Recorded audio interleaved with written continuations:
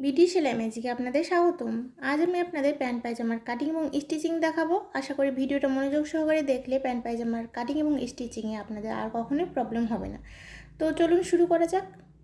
এবার প্রথমে আমরা কাপড়টা 2 ফোল্ডে ভাঁজ করে নেব এবং আমার দিকে থাকবে বন্ধ সাইড এবং অপোজিট সাইডে থাকবে খোলা সাইড। ওকে, তো কাপড়টা কেনার সময় যেরকম ভাঁজে থাকে সেই ভাঁজেই রাখতে হবে এবং উপর থেকে আমরা 2 ইঞ্চিতে প্রথমে দাগ দিয়ে নেব রাবার লাগানোর জন্য। উপর দিকে যদি আপনার এলোমেলো কাপড় থাকে তো আপনি সেটা প্রথমে কেটে আলাদা করে নেবেন, দেন আপনারা এই দাগটা দিবেন। ওকে, তো দেখুন আমি 2 ইঞ্চিতে দাগটা দিয়ে নিলাম স্কেল ধরে। এবার আমরা এই দাগের নিচ থেকে আমাদের সালোয়ারের লম্বার মাপটা নেব। তো আপনারা যতটুকু লম্বা চান সেই অনুযায়ী নিয়ে নেবেন। আমি এখানে 38 লম্বা নেব, সো 38-এ একটা দাগ দিয়ে নিচ্ছি। তো আমি এই সাইডেও দাগ দিয়ে নিব। আপনারা ফিতা ধরে 2 সাইডে দাগ দিয়ে নেবেন, তাহলে আপনাদের দাগটা সোজা হবে, বাঁকা হয়ে যাওয়ার সম্ভাবনাটা থাকবে না। ওকে, দেন স্কেল ধরে এভাবে আপনারা স্ট্রেট দাগ দিয়ে নিতে পারবেন। এবার এই দাগের নিচে আমি আরও 2 ইঞ্চিতে দাগ দিব। আমরা এটা পট্টি লাগানোর জন্য, অর্থাৎ নিচের দিকে আমাদের পায়ের যে মুহুরিতে পট্টি হয় চওড়া করে, সে পট্টিটা আমাদের রাখার জন্য আমরা 2 ইঞ্চি এক্সট্রা রাখবো। তো এখান থেকে এ পর্যন্তই কিন্তু আমাদের সালোয়ারের কাপড়। এবার আমরা কোমরের মেজারমেন্টটা নিব। আপনাদের কোমর যতটুকু হবে তার 4 ভাগের 1 ভাগ নেবেন এবং 2 ইঞ্চি এক্সট্রা নেবেন লুজের জন্য, ঠিক আছে? তো কোমর আমার 40-40-এর 4 ভাগের 1 ভাগ হচ্ছে 10 এবং 2 ইঞ্চি রাখবো আমি এক্সট্রা সেলাইয়ের জন্য। সো আমি 12তে দাগ দিয়ে নিলাম এবং আমাদের লম্বা যতটুকু হবে তার 3 ভাগের 1 ভাগ আমাদের হাইয়ের মাপটা নিতে হবে। সালোয়ারের লম্বাটা আমাদের 38, তো 38-এ 3 ভাগের 1 ভাগ হয় 12.67। তো আমরা 12.67-এ এভাবে করে দাগটা দিয়ে নেব। ওকে, এবং এই সাইড থেকে 12তে দাগ দিয়েছি, সো এদিক থেকে আমরা 12তে দাগ দিয়ে নিব যাতে আমাদের দাগটা স্ট্রেট হয়। অনেক সময় বাঁকা হয়ে যাওয়ার কারণে সালোয়ারটা নষ্ট হয়ে যেতে পারে। তো আপনারা এভাবে করে দুই দিক থেকে দাগ দিয়ে নেবেন এবং এখানে আমরা বক্স করে নেব, ঠিক আছে? এদিক থেকে আমরা দাগ দিয়ে নিয়ে এভাবে করে একটা বক্স করে দিচ্ছি এবং এই দাগটা একদম শেষ পর্যন্ত বাড়িয়ে নেব। এবার এই দাগের বাইরের দিকে আমি আরও 2 ইঞ্চিতে একটা দাগ দিয়ে নেব হাইয়ের জন্য এবং এই যে দেখুন আমি কোণা থেকে 1 ইঞ্চিতে এভাবে করে দাগ দিব, আমরা বগলে যে শেপটা দিই সেরকম, এবং ওপরের দিকেও আমরা 2 ইঞ্চিতে একটা দাগ দিয়ে নেব। এবার এই 3টা দাগ আমরা রাউন্ড করে মিলিয়ে দেব। তো দেখুন আমাদের হাইয়ের দাগটা দেওয়া কমপ্লিট হয়ে গেছে। এবার আমাদের ফিতা ধরে এই যে বন্ধ সাইড থেকে এ পর্যন্ত মাপটা নিতে হবে। তো এখান থেকে আমাদের 12 আছে। এবার এর মিডিল পয়েন্ট বের করতে হবে। তো ফিতা ধরে আমরা এভাবে ভাঁজ করে এর মিডিল পয়েন্টটা বের করে নেব, অর্থাৎ 12-এর অর্ধেক 6, তো 6 আমি দাগ দিয়ে নিলাম। এবার আমরা বন্ধ সাইড থেকে মাপ নেব যে এ পর্যন্ত কত আসছে। তো দেখুন 6 আসছে। তো আমি নিচের দিকেও এই বন্ধ সাইড থেকে 6 ইঞ্চিতে দাগ দিয়ে নিলাম। এবার আমি মিডিল থেকেও একটা 6 ইঞ্চিতে দাগ দিয়ে নিচ্ছি। এবার একটা স্কেল নিয়ে নেব এবং উপর থেকে নিচ পর্যন্ত আমরা স্ট্রেট করে মিলিয়ে দেব, ঠিক আছে? আমি যেভাবে মাপ নিলাম আপনারা অবশ্যই সেভাবে মাপ নেবেন, তাহলে আপনাদের এই প্যান্টটা একদম পারফেক্ট হবে। এবার আমরা মুহুরির মাপটা নেব। তো মুহুরি হচ্ছে আমাদের 12, তো 12-এর অর্ধেক হয় 6। তো আমরা মিডিল পয়েন্টে 6-এর মিডিল পয়েন্ট হচ্ছে 3, তো 3টা আমরা মিডিল পয়েন্টে রাখলাম এবং এদিকে 3 এবং এইদিকে 3 দাগ দিয়ে নিলাম। তো টোটাল 6 হলো। এবং আরেকটা পার্টে, এটা হচ্ছে আমাদের সামনের পার্ট, পিছনের পার্টে 6 হবে, তো টোটাল হয়ে যাবে 12, ঠিক আছে? এবার এই দাগটা আমরা একদম নিচ পর্যন্ত নামিয়ে দিচ্ছি। এটা আমাদের মুহুরির পট্টির কাপড়, তো আমরা এটা স্ট্রেট দাগ দিয়ে নিলাম। এবার আপনাদের কাছে যদি শেপ কাট থাকে তো এরকম করে শেপ কাট বসিয়ে জাস্ট এই যে উপর থেকে নিচ পর্যন্ত এভাবে মিলিয়ে দিতে হবে, ঠিক আছে? সেমভাবে আমরা এই যে এদিকেও এই যে এখান থেকে এই যে মুহুরি পর্যন্ত স্কেলটা রাখার পরে এভাবে করে মিলিয়ে দেবো। আপনারা যদি এই শেপ কাটটা ছাড়াই প্যান্ট পায়জামার কাটিং দেখতে চান অবশ্যই আমাকে কমেন্ট করে জানাবেন, তাহলে আমি নেক্সট আপনাদের শেপ কাট ছাড়া কীভাবে প্যান্ট পায়জামা কাটিং করতে হয় তার পদ্ধতি দেখিয়ে দেব। তো আপনারা লক্ষ্য করুন আমাদের এই যে এর সাইডটা কিন্তু ছোট এবং সামনের দিকটা কিন্তু বড় আছে, দেখতেই পাচ্ছেন, কারণ আমাদের সামনের দিকে হাঁটুর সাইড থাকবে এবং আমাদের বসলে উঠলে চাপ পড়বে, সেজন্য আমাদের সামনের দিকটা কিন্তু বড় হবে। ওকে, এটা যেহেতু আমাদের সামনের পার্ট, তো আমি এটা এফ লিখে রাখছি বোঝার সুবিধার জন্য, পরবর্তীতে যাতে আমাদের বুঝতে সমস্যা না হয়। এবার আমরা কাপড়টা কাটিং করে নেব। তো আপনারা লক্ষ্য করুন আমি কোন দাগ বরাবর কাপড়টা কাটিং করছি, ঠিক আছে? তো আশা করি আজকের ভিডিওটা আপনাদের জন্য হেল্পফুল হবে এবং আপনারা ভিডিওটা মনোযোগ সহকারে দেখলে এই প্যান্ট পায়জামাটা কাটিং করতে আপনাদের আর কখনোই প্রবলেম হবে না। তো দেখুন আমি দাগ বরাবর কাপড়টা কাটিং করে নিলাম। এবার আমাদের ফ্রন্ট পার্ট কাটিং করা কমপ্লিট হয়ে গেছে।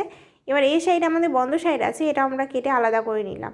ওকে, এবার আমরা ব্যাক পার্টের কাপড়টা কাটিং করে নেব, অর্থাৎ পিছনের যে পার্টটা হবে সেটা কাটিং করে নেব। তো আমরা কাপড়টা আবারও 2 ফোল্ডে ভাঁজ করে নিয়েছি। এবার আমরা উপর থেকে 2 ইঞ্চিতে আবারও দাগ দিয়ে নিচ্ছি। মনে রাখবেন আমাদের সামনের পাটের চাইতে পিছনের পাটটা বড় হবে, কারণ আমরা বসলে কিন্তু পিছন দিকটা বেশি ভারী হয় এবং চাপ পড়ে। এবার এই দাগের নিচ থেকে আমরা এই যে সামনের যে পাটটা কাটিং করেছিলাম সেই পাটটা খুব ভালো মতো করে বসিয়ে নিব। ঠিক আছে, এবার আমরা আমাদের পিছনের পাটের জন্য কাপড়টা ড্রয়িং করব। তো আমরা যেখানে হাইয়ের জন্য মাপ নিয়েছিলাম সেখানে আমরা 2 ইঞ্চি বাইরে দিয়ে, অর্থাৎ সামনের পাটের চাইতে 2 ইঞ্চি বেশি করে এভাবে করে দাগ দিয়ে নেব। এবং এই যে একটা স্কেল নিব অথবা এভাবে ফিতা ধরে এভাবে করে আমাদের সামনের পাটে যেভাবে আমরা হাইয়ের জন্য বক্স করেছিলাম সেভাবে কিন্তু এখানেও বক্সটা করে নিচ্ছি। এবার দেখুন কোণা থেকে আমরা 1 ইঞ্চিতে দাগ দিয়ে নেব, আমরা যেভাবে সামনের পাটের জন্য দাগ দিয়েছিলাম, এবং উপরের দিকেও 2 ইঞ্চিতে দাগ দিলাম। এবার 3টা দাগ মিলিয়ে একটা রাউন্ড শেপ দিয়ে দিলাম। ওকে, তো উপরটা কমপ্লিট হয়ে গেছে। এবার দেখুন এখানে আছে আমাদের 2 ইঞ্চি, তাই না? এবার আমরা এখানে 2 ইঞ্চি রাখবো এবং নিচের দিকে আমরা 1 ইঞ্চি রাখবো। এই যে মুহুরির এখানে আমি 1 ইঞ্চি রাখছি এবং উপর এবং নিচ এই যে এখান থেকে এ পর্যন্ত আমাদের ফিতা ধরে এটার মিডিল পয়েন্টটা বের করতে হবে। তো এর মিডিল পয়েন্টে আমরা 1.5 ইঞ্চি রাখবো। তো আমি এখানে 1.5 ইঞ্চিতে এভাবে করে দাগ দিয়ে নিব। তো উপরে 2 ইঞ্চি, নিচে 1 ইঞ্চি এবং মিডিলও হচ্ছে 1.5 ইঞ্চি। এবার একটা শেপ কাট নিয়ে দেখুন আমি এখানে বসিয়ে নিচ্ছি এবং 3টা দাগ মিলিয়ে এভাবে করে শেপ দিয়ে নিচ্ছি। ওকে, তো এটা আমাদের কমপ্লিট হয়ে গেছে। এই সাইডে কিন্তু আমাদের কোনো বাড়তি কাপড় থাকবে না, আমাদের সামনের পাটটা যেরকম শেপে আছে এবং নিচের কাপড়টাও কিন্তু সেম থাকবে। এবং উপরের দিকটা দেখুন, উপরের দিকটায় যে আমরা 2 ইঞ্চি বাড়িয়ে রেখেছিলাম এটা একদম উপর পর্যন্ত মিলিয়ে নিব এবং কোণা করে এই যে এই সাইড থেকে হাই থেকে বন্ধ সাইডের দিকে এভাবে কোণা করে আমরা স্কেল ধরে মিলিয়ে দেব। ঠিক আছে, আমাদের জাস্ট যেটা পিছনের একদম মিডিল পয়েন্ট আছে সেই সাইডটাই বড় থাকবে, অর্থাৎ হাইয়ের দিকটা আপনাদের বড় রাখতে হবে। এবার আমরা এই যে দেখুন যে শেপে ড্রয়িং করেছি সেই শেপে কাটিং করে নিচ্ছি। তো সামনের সাইডটা আমাদের সেম থাকবে এবং এই সাইডটা আমাদের যে বাড়তি কাপড়টা থাকবে সেই অনুযায়ী আমরা কাপড়টা কাটিং করে নেব। এবার হাইয়ের কাপড়টাও কাটিং করে নিচ্ছি। তো আমাদের ফ্রন্ট পার্ট এবং ব্যাক পার্ট দুটাই কাটিং করা কমপ্লিট হয়ে গেছে। আমরা বন্ধ সাইডটাও কেটে আলাদা করে নিচ্ছি। তো আমাদের প্যান্ট পায়জামা কাটিং কমপ্লিট হয়ে গেছে। আশা করি আপনাদের বুঝতে কোনো সমস্যা হয়নি। আমি এখানে বোঝার সুবিধার জন্য বি লিখে রাখলাম। এবার আমি আপনাদের সেলাইয়ের পদ্ধতি দেখাচ্ছি। তো দেখুন এটা হচ্ছে আমাদের সামনের 2টা পার্ট এবং এটা হচ্ছে পিছনের 2টা পার্ট। তো যেটা করতে হবে সামনের 2টা পার্ট একসাথে নিয়ে আমাদের এই যে দেখুন হাই পর্যন্ত সেলাই করতে হবে এবং ব্যাক পার্টের 2টা কাপড় একসাথে নিয়ে হাই পর্যন্ত এভাবে সেলাই করে নিতে হবে।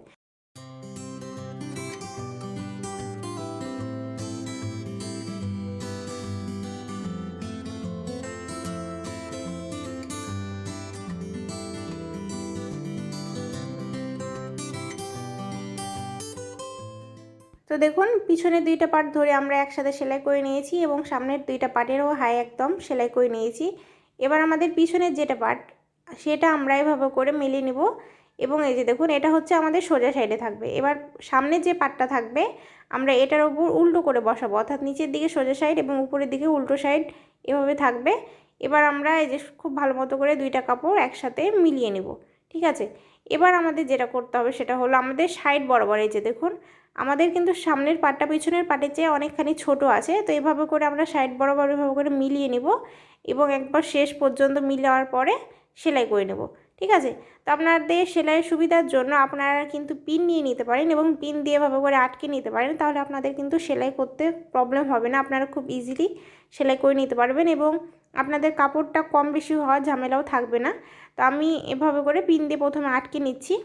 এবার একদম সাইড বরাবর আমরা সেলাই করে জয়েন্ট করব। সেমভাবে যে এই সাইডটা দেখতে পাচ্ছেন এই কাপড়টা টেনে 2টা সাইড একদম ভালো মতো মিলিয়ে নিব এবং এই সাইডটাও কিন্তু আমরা পিন দিয়ে আটকে নিব এবং আমরা উপর থেকে নিচ পর্যন্ত সেলাই করে জয়েন্ট করে নিব। ঠিক আছে, তো আমি সেলাইয়ের জন্য চলে এসেছি, এবার আমি সেলাই করে নিচ্ছি।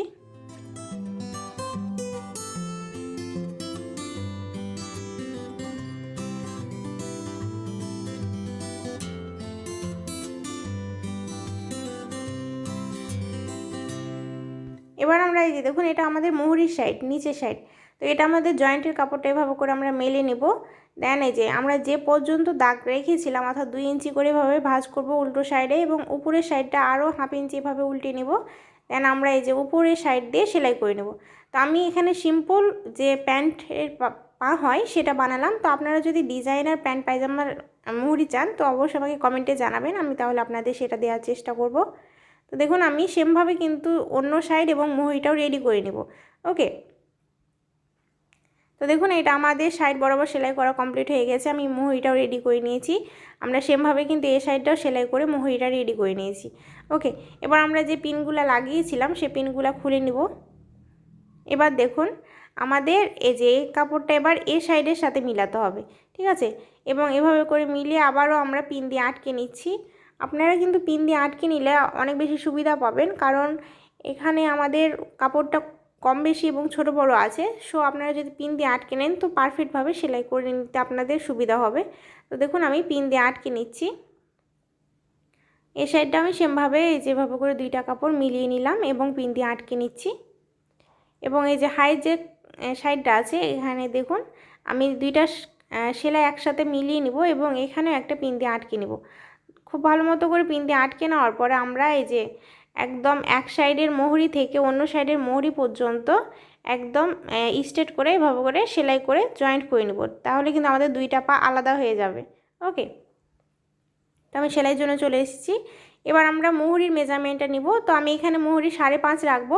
তো আপনারা আপনাদের পছন্দ মতো মেজারমেন্টটা রেখে এখানে আপনারা সেলাই করে নেবেন, ঠিক আছে। প্রিয় দর্শক, আপনি যদি আমার চ্যানেলের নতুন দর্শক হয়ে থাকেন অবশ্যই আমার চ্যানেলে গিয়ে ঘুরে আসবেন এবং সেখানে বিভিন্ন ধরনের ভিডিও পেয়ে যাবেন। আপনারা আপনাদের পছন্দ মতো যে কোনো ভিডিও দেখে নিতে পারবেন। এবং আমি আপনাদের রেগুলার যেহেতু আপডেট ভিডিও দেওয়ার চেষ্টা করি, তো আপনারা আপনাদের রিকোয়েস্টেড কোনো ভিডিও থাকলে সেটাও আমাকে জানাতে পারেন, আমি আপনাদের সেটা দেওয়ার চেষ্টা করব। তো আমাদের সেলাই কমপ্লিট হয়ে গেছে। একবার সেলাই কমপ্লিট হয়ে গেলে আমরা আরও একবার সেলাই করে নেব। এবার আমরা উপরের দিকে বেল্ট লাগাবো, অর্থাৎ যে রাবারটা লাগাবো সেজন্য আমরা 2 ইঞ্চি রেখেছিলাম।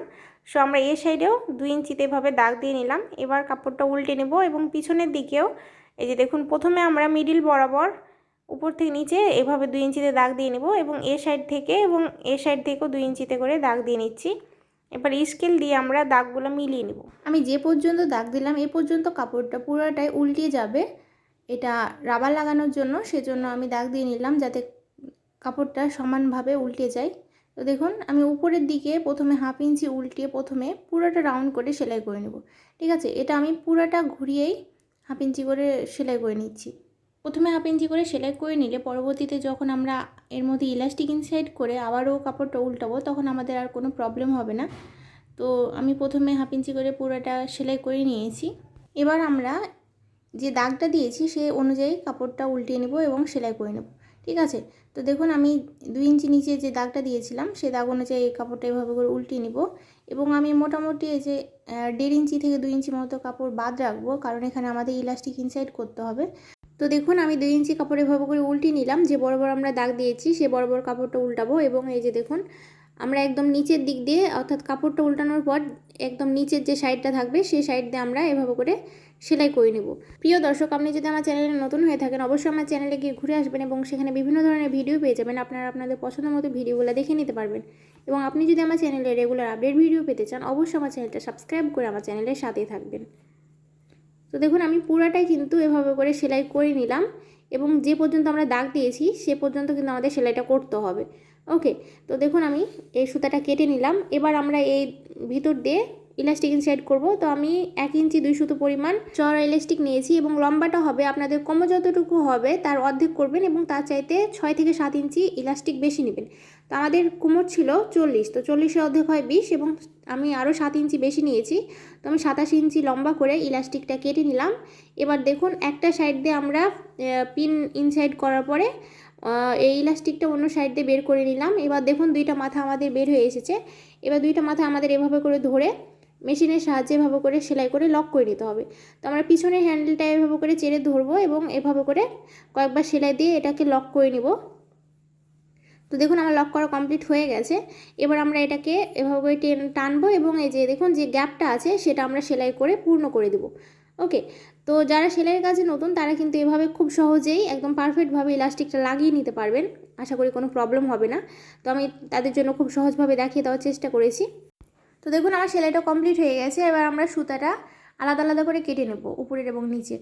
এবার দেখুন আমরা 2 হাত দিয়ে এভাবে করে এই ইলাস্টিকটা কয়েকবার এভাবে টান দিলেই কিন্তু কুচিটা একদম সমান হয়ে যাবে, ঠিক আছে। এভাবে করে 2 আঙ্গুল দিয়ে আপনারা কয়েকবার টান দিলেই কিন্তু দেখুন সমানভাবে কুচিটা চলে আসবে। এবার আমরা এটার উপর দিয়ে সেলাই করব। তো আমরা উপর থেকে 1/2 ইঞ্চি মতো নিচ দিয়ে একটা সেলাই করছি। তো আপনাদের এভাবে করে 2 হাত দিয়ে টেনে টেনে এভাবে করে সেলাই করতে হবে। আপনাদের কাপড়টা যতটুকু থাকবে ততটুকু টানবেন, অতিরিক্ত টানার দরকার নাই। এবং আপনাদের লক্ষ্য রাখতে হবে সেলাইটা যাতে পারফেক্ট আসে। এবার একটা সেলাই কমপ্লিট হলে এর 2 সুতো পরিমাণ নিচ দিয়ে আমি আরও একটা সেলাই দিয়ে দিব সেমভাবে। তাহলে কিন্তু আমাদের ইলাস্টিকটা আর কখনো উল্টে বা খুলে যাওয়ার সম্ভাবনা থাকবে না। তো এটা আমার কমপ্লিট হয়ে গেছে, সুতাটা আমরা কাটিং করে নিলাম। এবার দেখুন ইলাস্টিকটা একদম পারফেক্টলি রেডি হয়ে গেছে, ঠিক আছে।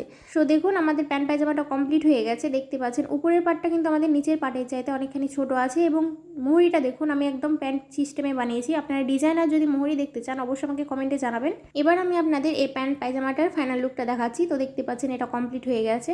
তো অবশ্যই প্যান্টটা ট্রাই করবেন এবং কেমন হয়েছে আমাকে কমেন্টে জানাতে একদমই ভুলবেন না। আজকের মতো এ পর্যন্ত, আমার পরবর্তী ভিডিও দেখার আমন্ত্রণ রইল। সে পর্যন্ত সকলেই ভালো থাকবেন। আসসালামু আলাইকুম।